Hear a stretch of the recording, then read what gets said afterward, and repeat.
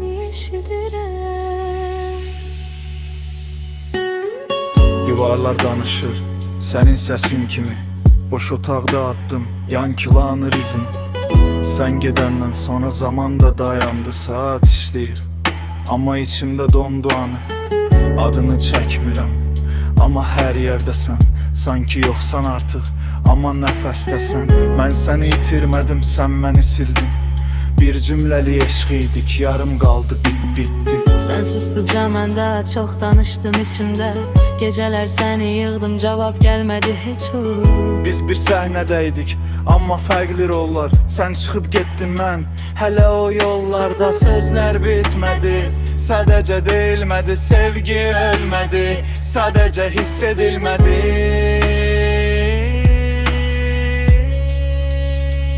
Biz bir səhnədəydik, amma fərqli rollar. Sən çıxıb getdin, mən hələ o yollarda. Sözlər bitmədi, sadəcə deyilmədi. Sevgi ölmədi, sadəcə hiss edilmədi. Biz bir səhnədəydik, amma fərqli rollar. Sən çıxıb getdin, mən hələ o yollarda. Sözlər bitmədi, sadəcə deyilmədi. Sevgi ölmədi, sadəcə hiss edilmədi. Şəkillər solub, amma baxışın qalır. Bir niyə var içimdə, cavabsız yanır. Sən özünü tapdın, məni itirərək. Mən isə səni, özümü itirərək. Yazdığım hər sətir sənə çatmadı heç. Ürəyim göndər dedi, amma getmədi heç. Bəlkə də biz sadəcə səhv vaxt idik. Eyni hissdə, amma fərqli həyat idik.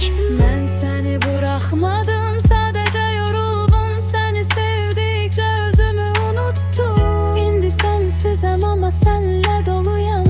Getdin deyə yox, qaldın deyə soluyam. Getdin deyə yox, qaldın deyə soluyam.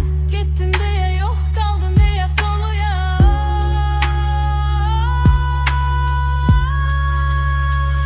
Biz bir səhnədəydik, amma fərqli rollar. Sən çıxıb getdin, mən hələ o yollarda. Sözlər bitmədi, sadəcə deyilmədi. Sevgi ölmədi, sadəcə hiss edilmədi. Biz bir səhnədəydik, amma fərqli rollar. Sən çıxıb getdin, mən hələ o yollarda. Sözlər bitmədi, sadəcə deyilmədi.